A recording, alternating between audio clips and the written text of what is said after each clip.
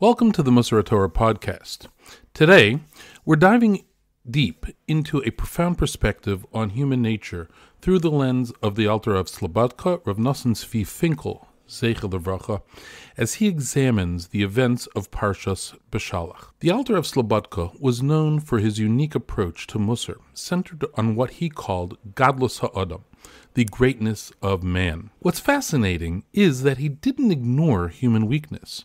Instead, he saw the interplay between human greatness and human frailty as the key to understanding our spiritual mission. In Or HaTzafon, the Alter points to Parshas Beshalach as perhaps the clearest illustration of this dynamic. Within the same parsha, we see Bnei Yisrael reach the highest heights of prophecy at Kriyas Yamsuf, declaring, Zeh Keli va'anvehu, this is my God, and I will glorify him. The Mechilta tells us their level of perception exceeded that of Yecheskel's nevuah of the divine chariot. Yet, these same people shortly after complain about water, then about food, leading the Alter to ask, how can we understand this seemingly impossible contradiction? The Alter explains that this isn't a contradiction at all. It is the essence of human nature. He points out the Torah records both extremes, not to criticize, but to teach us something fundamental about human potential and human reality. There are three key points from the Alter here. One, the reality of coexistence. The Alter emphasizes that both aspects, Gadlus and Shiflus, exist simultaneously in every person. At Kriyas Yamsuf, even while experiencing unprecedented prophecy, the potential for complaint was present. At Mara, even while complaining, the potential for greatness remained. Number two, the purpose of the contrast. In Or HaTzafon, Chelek Aleph, Maimer Yud Beis, the Alter explains that this contrast serves a crucial purpose. Our awareness of our own greatness becomes most apparent, specifically when we confront our weaknesses. It's the tension between these aspects that creates the opportunity for growth. Number three, the role of free will. The Alter points out that this duality is precisely what creates the arena for Bechira, free will.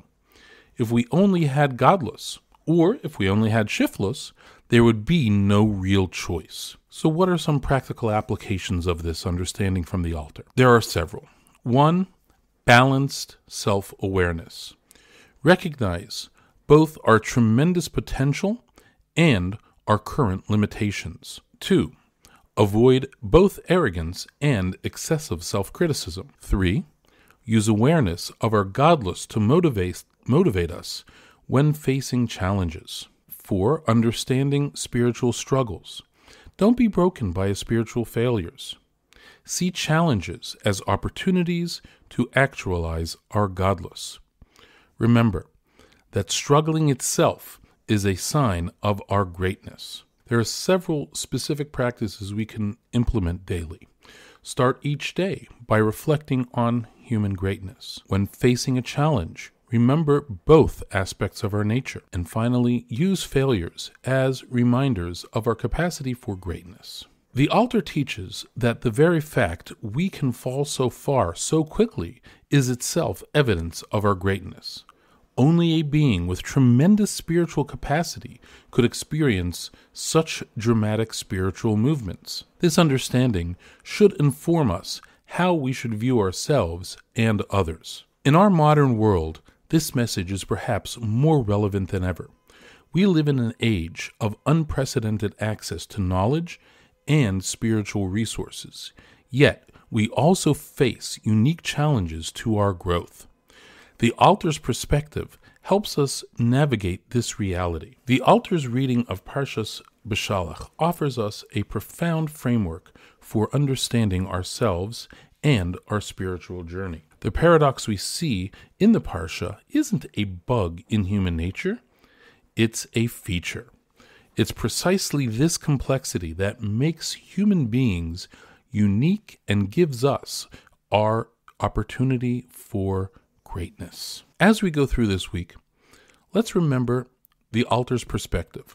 When we face our own contradictions and struggles, rather than being discouraged, we can recognize them as opportunities to actualize our inherent Gadlus HaAdam. Have a good Shabbos.